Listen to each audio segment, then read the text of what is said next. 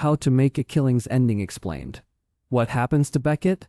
And if he gets away with murder. The following contains spoilers for How to Make a Killing. How to Make a Killing is a sly and satirical look at what it takes to succeed in modern society, albeit at the cost of true happiness. The Glenn Powell dark comedy focuses on Becket, eighth in line for a massive fortune. Desiring the riches his mother told him of, Becket decides to take out the competition. Most of the film follows that formula, with Becket finding a new relative to take out. However, Becket's actions also draw him into the machinations of others, also seeking a fortune. Darkly goofy at times, and surprisingly somber at others, How to Make a Killing's ending gives it a surprisingly bleak edge. How to Make a Killing focuses on Becket's efforts to bring down the rest of his family so he can be the one to claim the inheritance, a plan that ultimately works out for him, despite the internal strife and quiet regrets he develops along the way. Despite being from a wealthy family, Becket was raised in relatively mundane circumstances. It's revealed that Becket's mother was impregnated as a young woman, and her decision to keep the child led to her being ostracized from the rest of the family. Years after her death, infuriated by his job prospects and emboldened by an encounter with Julia, whom he bonded with as a child, Becket decides to kill the other heirs. Many Redfellows die at Becket's hands throughout the film. While Taylor dies first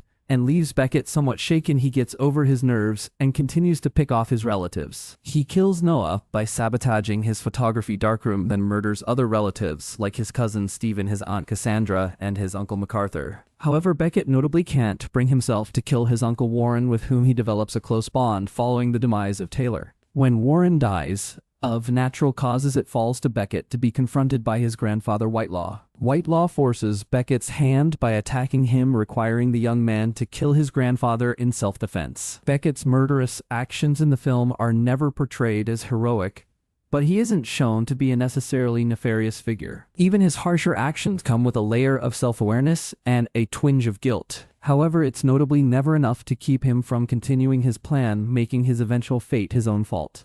The moral metaphor of How to Make a Killing is personified by the love triangle that Becket experiences with Julia and Ruth. Julia was Becket's first love, a socialite who bonded with Becket as a child. As adults, Julia is a ruthless and manipulative figure whose efforts to secure a fortune end up driving a surprising amount of the film. Conversely, Becket finds a real connection with Ruth. Introduced as Noah's girlfriend who is growing tired of him and the disconnected life he leads, Becket and Ruth quickly form a connection. Unaware that Becket was responsible for Noah's demise, Ruth ends up falling for Becket as a person rather than an investment. Throughout the film, it seems that Becket is going to choose Ruth as he grows closer to her and starts to push past his connection with Julia. This leads Julia to blackmail him, in turn setting up Becket to ignore his engagement party with Ruth to cover his actions and eventually confront his grandfather. Symbolically, Becket's choice between Ruth and Julia represents his emotional arc in the film. As the movie goes on, Becket proves to be a somewhat sympathetic figure, even if his actions are monstrous. He is still relatively grounded and genuinely capable of forming emotional bonds, but his greed overtakes his better qualities. While he initially wants a romance with Julia, his bond with Ruth, a woman willing to give up her prestigious work because she finds more fulfillment as a high school teacher, hints at his softer side.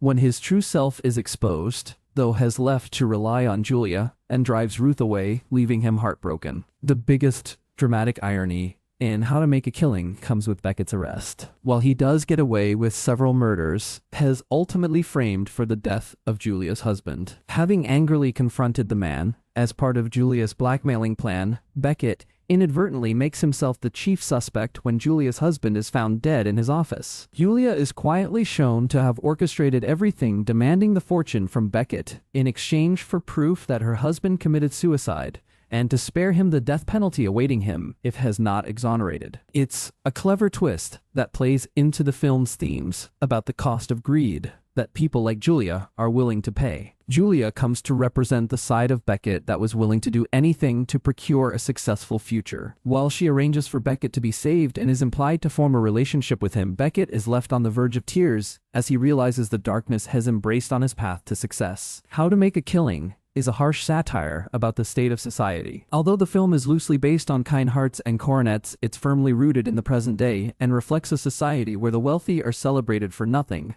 and the average person is an afterthought at best and worthless at worst. The thing that makes Becket's story so tragic is the many ways he actually does find happiness, with people around him. His romance with Ruth, his bond with Warren, and his lingering love for his mother speak to the ways that wealth may buy surface-level happiness, but they can't ensure love, respect, or self-worth.